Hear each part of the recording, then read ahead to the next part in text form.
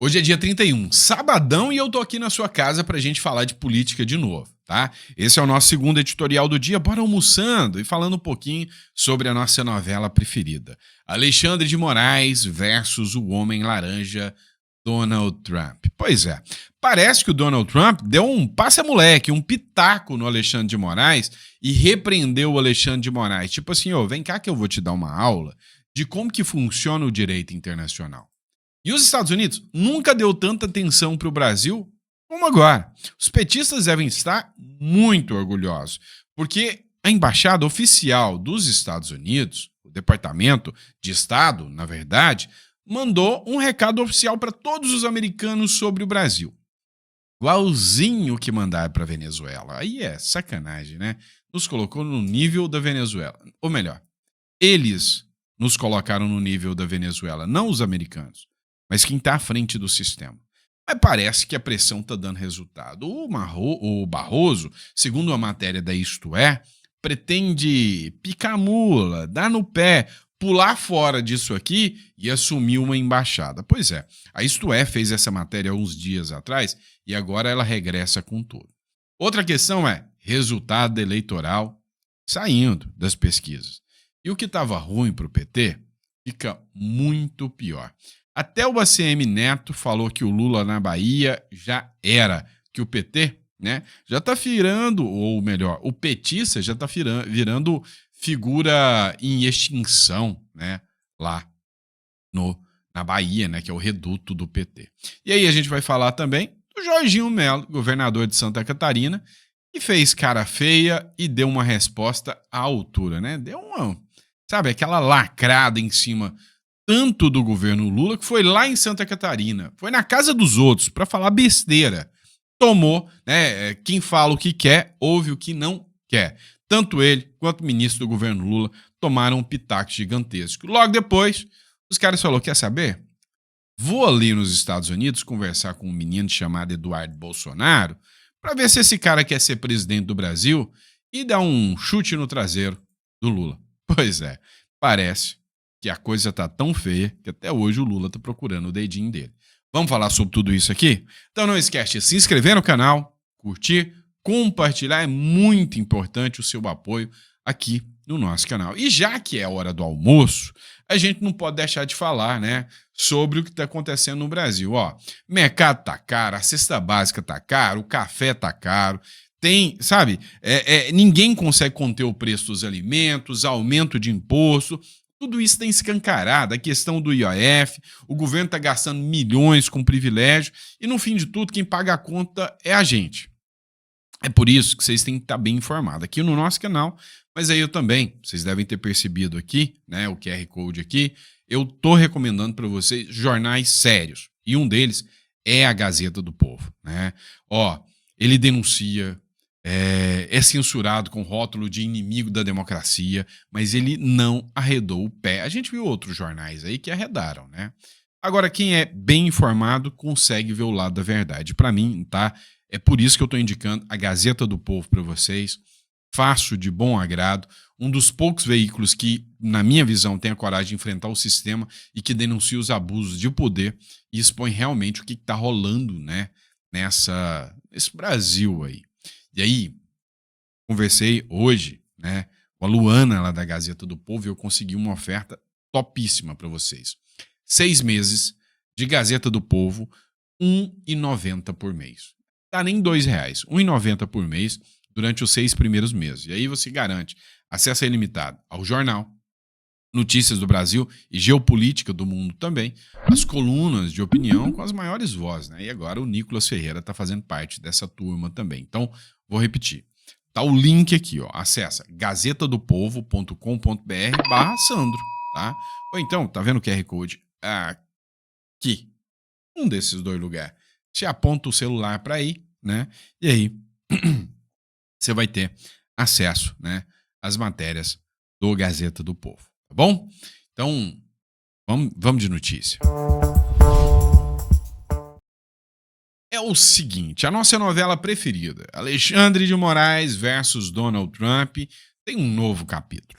Pois é, dessa vez o governo Donald Trump mostrou para o Alexandre de Moraes que para dar um pitaco no outro, ou para mandar uma informação para o outro, você faz via Ministério da Justiça. Matéria da Gazeta do Povo. E é por isso que eu gosto desse jornal. Governo Trump repreendeu Moraes por bloquear as redes sociais americanas. O Departamento de Justiça dos Estados Unidos enviou nesse mês uma carta ao ministro Alexandre de Moraes do Supremo Tribunal Federal, repreendendo-o pelas ordens judiciais brasileiras que determinaram bloqueios de redes sociais sediadas no território americano. A informação foi divulgada, adivinha, pelo The New York Times, que afirmou ter tido acesso ao documento. Segundo a reportagem, o órgão do governo de Donald Trump reconhece o direito de Moraes em aplicar as leis brasileiras no ambiente virtual do Brasil, mas rejeita que um juiz estrangeiro possa impor ordens com efeito dentro dos Estados Unidos. E aí a questão é a seguinte: Paulo Figueiredo, Alan dos Santos, Ludmila Lins Grilo, Lacombe, tem uma turma, né? O Monark, uma turma de brasileiros que estão lá nos Estados Unidos e alguns deles já são cidadãos americanos. A ordem foi para tirar o perfil desses caras lá dentro dos Estados Unidos. E aí o The New York Times citou que o bloqueio do Rumble, por exemplo, ou seja, tirar uma plataforma do ar, né, teria sido o motivo dessa reprimenda, né, do Chris Pavlov. E aí, a hora que o Marco Rubio anunciou que vai caçar visto de censuradores, né, mas não citou Alexandre de Moraes. O Chris Pavlov, né, que é o presidente do Rumble, foi lá e falou: Moraes, tô querendo voltar pro Brasil. Você deixa? Os caras ainda são debochados, né? Ainda são debochados. E aí, vem os Estados Unidos e fala: olha, vou prestar mais atenção nesse Brasil aí. Vou fazer isso antes que a gente perca o Brasil por completo. E aí, o que eu vou fazer? Vou emitir uma nota, igualzinho eu fiz para a Venezuela. Uma nota oficial, né? Um aviso de viagem do Departamento de Estado norte-americano. Estados Unidos emitem alerta para turistas no Brasil. Por quê? Risco elevado de sequestro. Onde estão os maiores bandidos do Brasil? Aí você pode pensar: falaram para não ir para Bahia. Não, porque lá está sendo um dos estados mais violentos, né? Não. Rio de Janeiro é perigoso demais. Não. Onde estão os principais bandidos do Brasil? No entorno de Brasília. Ou dentro de Brasília, né? Comunicado publicado na página oficial da Embaixada Estadunidense ressalta que crimes violentos como assassinatos, assaltos à mão armada e sequestros podem ocorrer em áreas urbanas a qualquer hora do dia. Mentiu. Ô, pequeno gafanhoto, mentiu? Não mentiu, não. O governo Lula, os jornalistas de plantão estão revoltadinhos com a fala do governo Trump. Está rebaixando o Brasil. Essa publicação tem uma conotação política. Não, meu irmão. Além disso, menciona que atividades de gangues e do crime organizado são generalizadas e frequentemente ligadas ao tráfico de drogas recreativas. O documento estabelece uma série de recomendações de segurança aos viajantes, como não exibir objetos de valor, evitar transporte público, não aceitar bebidas de estranhos e elaborar um plano de emergência e comunicação com os familiares. Tá errado? Não tá não. Agora, uma coisa que chamou a atenção foi isso aqui. A Embaixada dos Estados Unidos, né, por meio desse recado do Departamento de Estado, diz que os americanos não têm que visitar o entorno de Brasília. Ceilândia, Santa Maria, São Sebastião e Paranoá. Todos ali do Distrito Federal. E aí aqui eu dou até uma razão. Tem um cheirinho, né? Um cheirinho de conotação política nisso aqui. Porque a gente sabe, né? Eu conheço muito bem essa região. É um dos lugares mais perigosos do Brasil. Cá entre nós. E aí vamos de próxima notícia.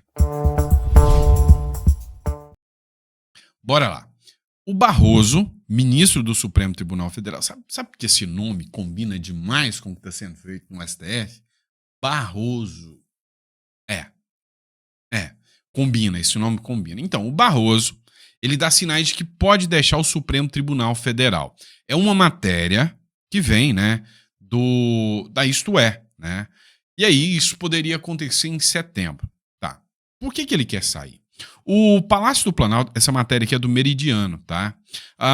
O Palácio do Planalto recebeu sinais de que Luiz Roberto Barroso vai mesmo deixar o Supremo Tribunal Federal assim que terminar seu período na presidência da Corte em setembro e já trabalha com um cenário novo, o de que o ministro aceitaria um bom grado uma embaixada, preferencialmente na Europa, assim que largar a toga. Não, seus serviços são mais necessários. Em Cuba, afinal, lá vocês precisam salvar ainda mais. Lá já é democracia. Venezuela também. É na Europa que ele precisa salvar a democracia. Lá não tem democracia. Então, seria para a Europa. Deveria ser Cuba, né? Ao se confirmar a intenção, Barroso, o presidente Luiz Inácio Lula da Silva, ganha a chance de nomear mais um ministro para o Supremo Tribunal Federal, no entorno do gabinete do presidencial, a quem aposta que, neste caso, ele não hesitaria em escolher o atual advogado-geral da União, o Jorge Messias, muito embora já se faça cálculo político que a pressão será grande para que uma mulher seja nomeada. E desde quando o Lula está aceitando pressão política da própria base dele? Não tá, mas não tá mesmo, ele não tá nem aí para a base dele. Agora, a grande verdade é, o Barroso negou isso aqui. Diz que não é bem assim não. Tá? Agora, a grande questão que fica é, se for verdade, o que estaria motivando isso? Um ministro do Supremo, eles amam o poder que o judiciário dá a eles. Por que abriria a mão? Seria uma pressão, um efeito Donald Trump? E aí? Deixa a sua opinião. Você acha? Vem cá. Enquete ao vivo aqui com vocês, ao vivo e a cores. Os ministros do Supremo fingem que não, mas estão com medo do Trump ou eles não têm medo do Donald Trump? Responde para nós que vai ser uma enquete lá da nossa comunidade. Vamos lá. Eleições estão chegando. 2026 já começou, todo mundo sabe disso. Matéria da Gazeta do Povo. Bolsonaro e Ratinho Júnior disparam à frente de Lula no Paraná em pesquisa para 2026. Olha só, se as eleições acontecessem lá no Paraná, né? O Paraná Pesquisas ouviu 1.550 eleitores em 58 municípios paranaenses entre os dias 17 e 21 de maio. A margem de erro é de 2,5 pontos percentuais. Se as eleições fossem hoje, Bolsonaro teria 15,2% dos votos. O Lula, 9,5% dos votos. É quase o dobro, tá? É quase o dobro do Bolsonaro. Mas aí eu te pergunto, o que o povo do Paraná tem na cabeça em colocar o Lula na frente do Ratinho? Eu não acredito em pesquisa como essa, não. Mas Ratinho Júnior, 5,4%. Tarcísio de Freitas, 1,2%. Ciro Gomes, o Cirão do PDT, 0,2%. Ronaldo Caiado, 0,1%. E outros nomes citados, 0,8%. Agora, para pensar comigo, Peito Pombo, apoiador do PT, você acha que o Lula tem chance de ganhar a eleição? 15% do Bolsonaro, já é quase o dobro dos eleitores do Lula. Só aí, né, já é um escárnio, o Bolsonaro está inelegível. Não é? É a vontade do povo. Mas, você acha que quem vota no Ratinho Júnior, aqui ó, que é mais 5,4, vai para quem? Pro Lula? Never. Nunca. Neca de pitibiribas. Ou seja, pega esses 5,4 e manda aqui 20 contra 9,5%. Né? Ou seja, 21 contra 9,5%. Os votos do Tarcísio, você acha que vai pro Lula? Quem vota no Tarcísio vota no Lula? Não. O Ciro Gomes, que é esse 0,2, pode ser que a metade vá pro Lula, a outra metade vai pro Bolsonaro. É fato. Ronaldo Caiado, esse 0,1%. Não. Quem vota no Ronaldo Caiado, vota no Bolsonaro. Então, resumindo o pagode, o Lula, se depender dos partidos, né, dos estados, Sul, Sudeste, Centro-Oeste, perde no primeiro turno. E aí, vamos lá. CNN também falou sobre isso aqui. Vale a pena conferir. Viu dados dessa pesquisa, porque também simulou cenários para as eleições presidenciais do ano que vem, perguntando assim, em quem você votaria se a eleição fosse no próximo domingo? Vamos ver os números. O ex-presidente Jair Bolsonaro, do PL, ficaria com 46,7% dos votos. Lembrando que isso aqui agora já é nível nacional, tá? Aquele primeiro era só do Paraná, agora é nível nacional. Mas vamos dar uma olhada aqui, né? Jair Bolsonaro, 46,7%. O presidente Lula, do PT, teria 43,9% das intenções. Ligaram para os presídios, foi? Ciro Gomes, do PDT, 3,8%. Simone Tebet, do MDB, ficaria com 2,1%. Outro candidato que concorreu na eleição de 2022, 0,7%. Não sabe, 0,3%. Esse dado é muito importante. 0,3% disse, não, eu não sei em quem eu vou votar. Em outras eleições, em outras pesquisas, esse número é elevadíssimo. Elevadíssimo. Hoje, já tem um racha aqui que é claro, límpido e objetivo. A direita em peso vai votar no nome que o Bolsonaro apoiar. Aí, mas e se ele não apoiar o Tarcísio? O Tarcísio não vai concorrer. O Tarcísio sabe que não é nada vantajoso para ele concorrer contra o Bolsonaro. Se o Tarcísio entrar numa disputa e o Bolsonaro falar, você não é o meu candidato, o Tarcísio vira o próximo Dória. Então não adianta ficar, aí, Tarcísio ganha. Não, não ganha. Para de ser bunda mole aqui, porque não é isso, tá? O Tarcísio é uma cria do Bolsonaro. O dia que o Tarcísio virar contra o Bolsonaro, acabou o Tarcísio. O mercado já provou que não dá conta de fazer terceira via. Vamos entender de uma vez por todas isso aqui? Então, se o Tarcísio for o candidato do Bolsonaro, vral, primeiro turno. Se o Tarcísio não for o candidato do Bolsonaro, ele não vai concorrer. Vai tentar formar uma segunda via aí, uma terceira via. Quem vota no Caiado? Não vota. Quem vota no Zema? No Ratinho?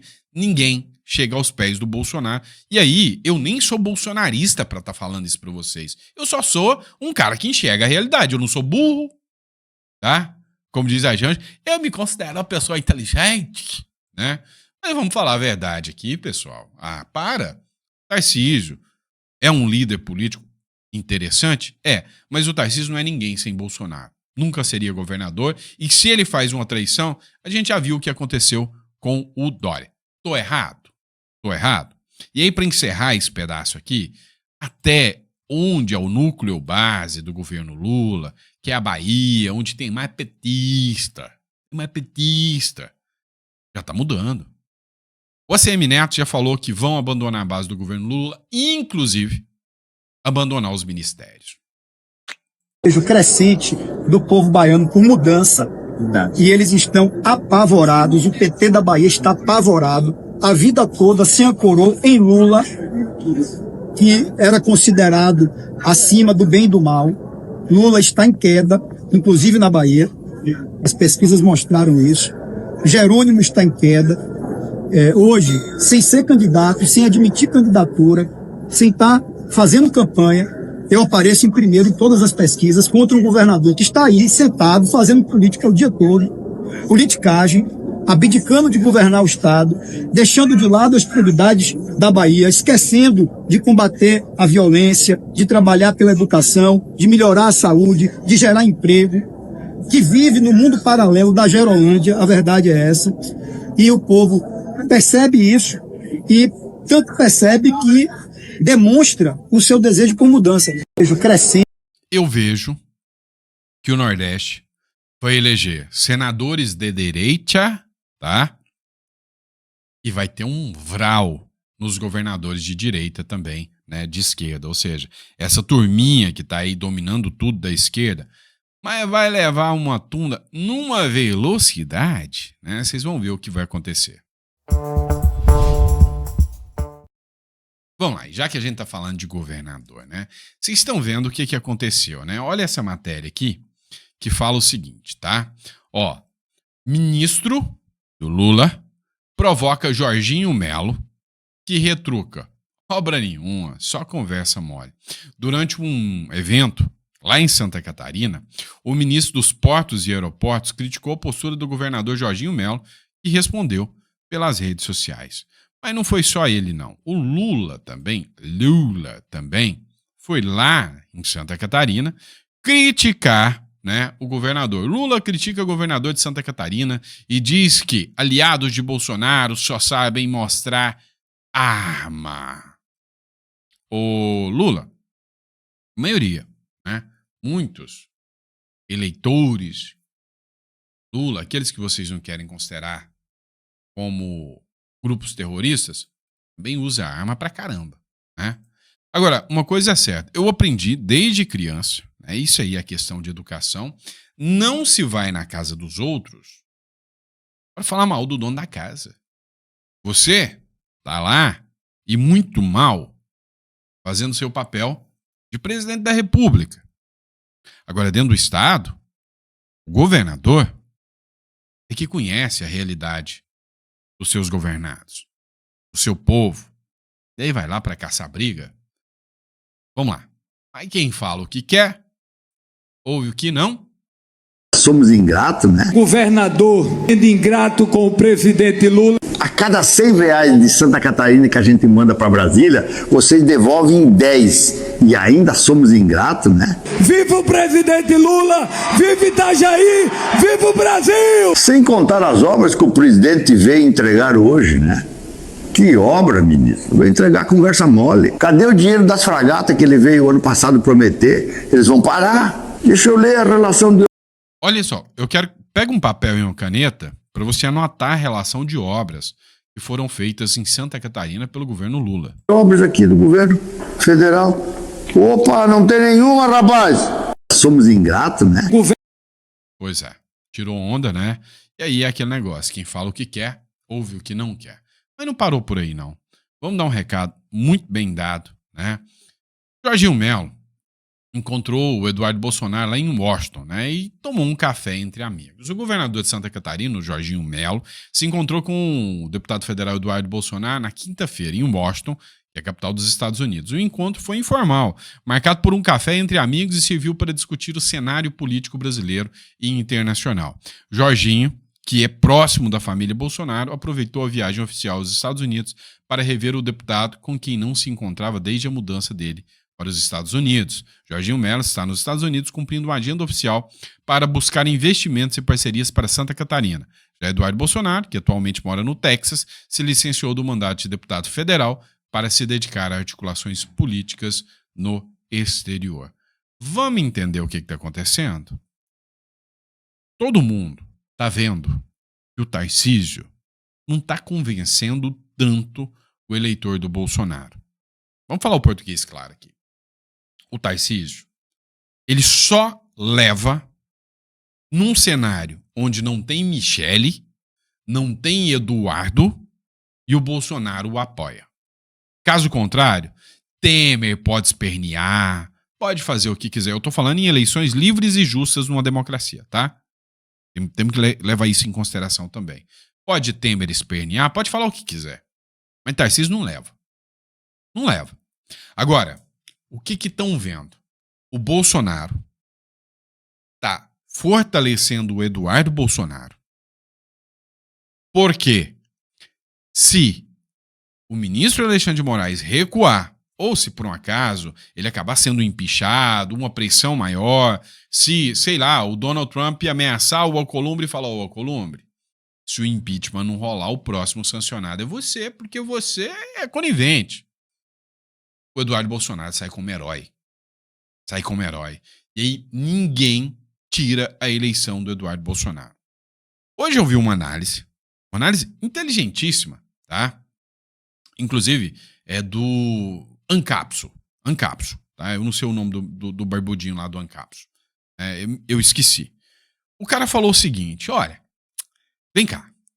O que está acontecendo é que haverá, em 2026, uma migração gigantesca entre aqueles que são a favor do Alexandre de Moraes e não do Lula, e aqueles que são contra o STF, que vão para o lado do Bolsonaro. Ou seja, a divisão, inclusive para Senado, a divisão, isso no Primo Rico que ele falou, a divisão daqueles que vão para o Senado, a divisão daqueles que vai para o governo, aqueles que vão para o governo federal, vai ser: você apoia o impeachment dos ministros? Ganha meu voto. Não apoia? Não ganha meu voto. É esse cenário que está se desenhando. E aí, Tarcísio, a gente sabe muito bem, né, que ele não está muito dentro desse perfil. Não está muito dentro desse perfil. A vitória do Tarcísio é a continuação dos ministros do Supremo como estão. Então é por isso que o Tarcísio não tem mais a força política que se imaginava que teria. Agora, com o apoio do Bolsonaro, ele leva. Sem apoio do Bolsonaro, o Eduardo leva. Já percebi isso, né? E um monte de governador, um monte de partido já entendeu isso. Não é à toa que o Ciro Nogueira, o Antônio Rueda, foram lá nos Estados Unidos para ter reunião com o Eduardo Bolsonaro. E aí o Ciro Nogueira falou: talvez eu sou até vice do Eduardo Bolsonaro. Meu irmão, o jogo tá ficando interessante. Essa aqui é pros peitos de pombo, tá? É pros petistas. Essa é boa. Não se faz a educação com armas. Eu quero livros. Né? Bolsonaristas só sabem usar armas. Não é isso? Escute-me. Universidades federais, Folha de Goiás, tá? A fonte. Ainda operam com menos verba do que na era Temer e Bolsonaro. Mesmo com as promessas furadas do Lula. Mesmo após anúncios de recomposição de recursos discricionários para o funcionamento básico das universidades federais, permanecem abaixo dos níveis registrados entre 16 e 19, período que abrangiu os governos Temer e Bolsonaro.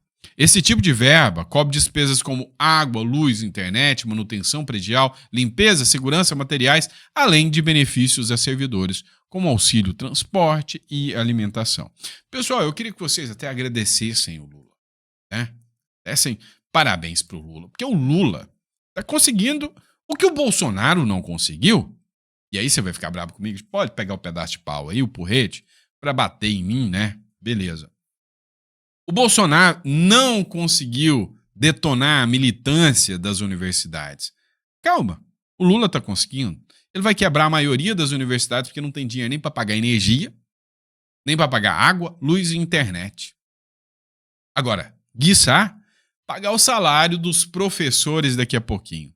Então, Bolsonaro não conseguiu tirar a militância, mas o Lula vai fazer melhor. Vai quebrar as universidades do Brasil inteirinho. Outro ponto, o Bolsonaro tentou, mas não conseguiu minar a reputação dos sindicatos. Não conseguiu tirar o cascalho dos sindicatos. O Lula vai conseguir.